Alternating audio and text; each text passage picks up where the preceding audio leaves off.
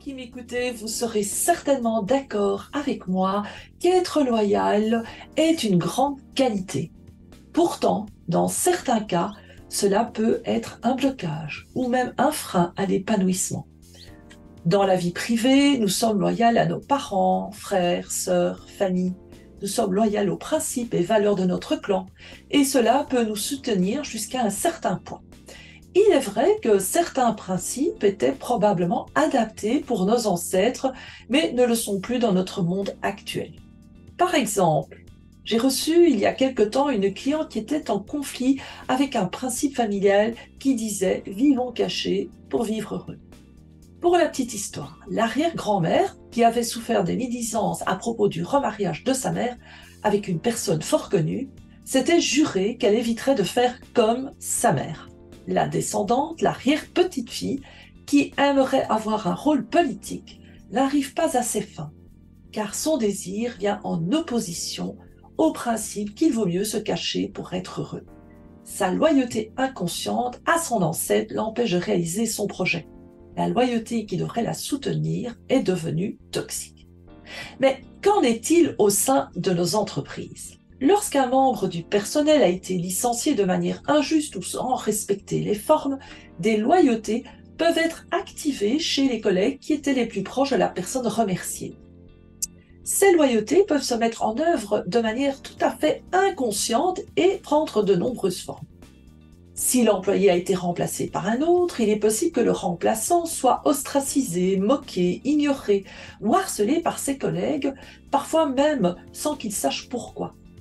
Également, lorsqu'il s'agit d'un responsable d'équipe, les personnes restantes peuvent commencer à lui résister, même passivement.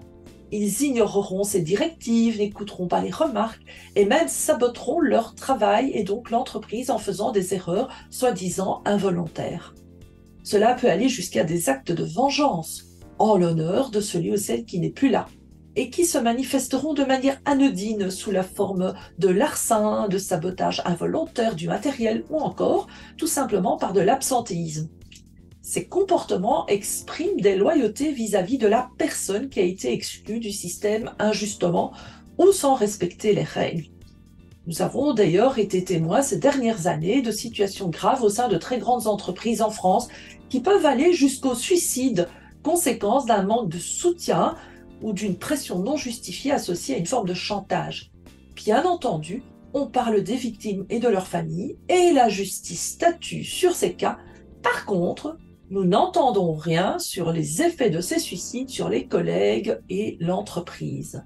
Ces situations vont impacter tout le système de l'entreprise ainsi que les familles des employés de cette entreprise. Les effets peuvent même s'exprimer parfois une génération plus tard. Heureusement, il y a des solutions. Il est fort possible que l'entreprise fasse appel à des coachs externes qui auront beaucoup à gagner à connaître les 3 lois systémiques et à comprendre comment sortir de ces loyautés toxiques. C'est ainsi que je propose aux coachs internes et externes ainsi qu'aux responsables des ressources humaines et aux directeurs des ressources humaines de participer à cet atelier pratique de 3 heures que je propose une fois par an. Vous aurez ainsi l'opportunité d'apprendre à regarder ce genre de situation avec les 3 lois systémiques, à faire prendre conscience à vos clients des loyautés toxiques en action et de leur impact, et surtout à désactiver ces loyautés toxiques afin de rendre la liberté à chaque personne impliquée de près ou de loin. En se libérant de loyautés toxiques, la personne peut à nouveau faire de vrais choix pour elle-même.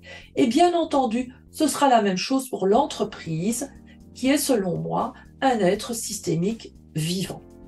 Vous aurez également l'occasion de voir une démonstration à partir d'un cas concret et il y aura un replay.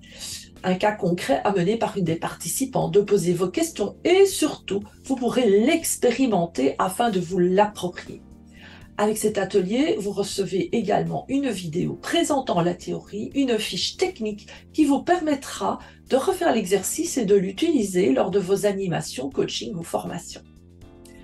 Alors, il ne vous reste plus qu'à vous inscrire sur le lien que vous trouverez sous la vidéo. À très vite!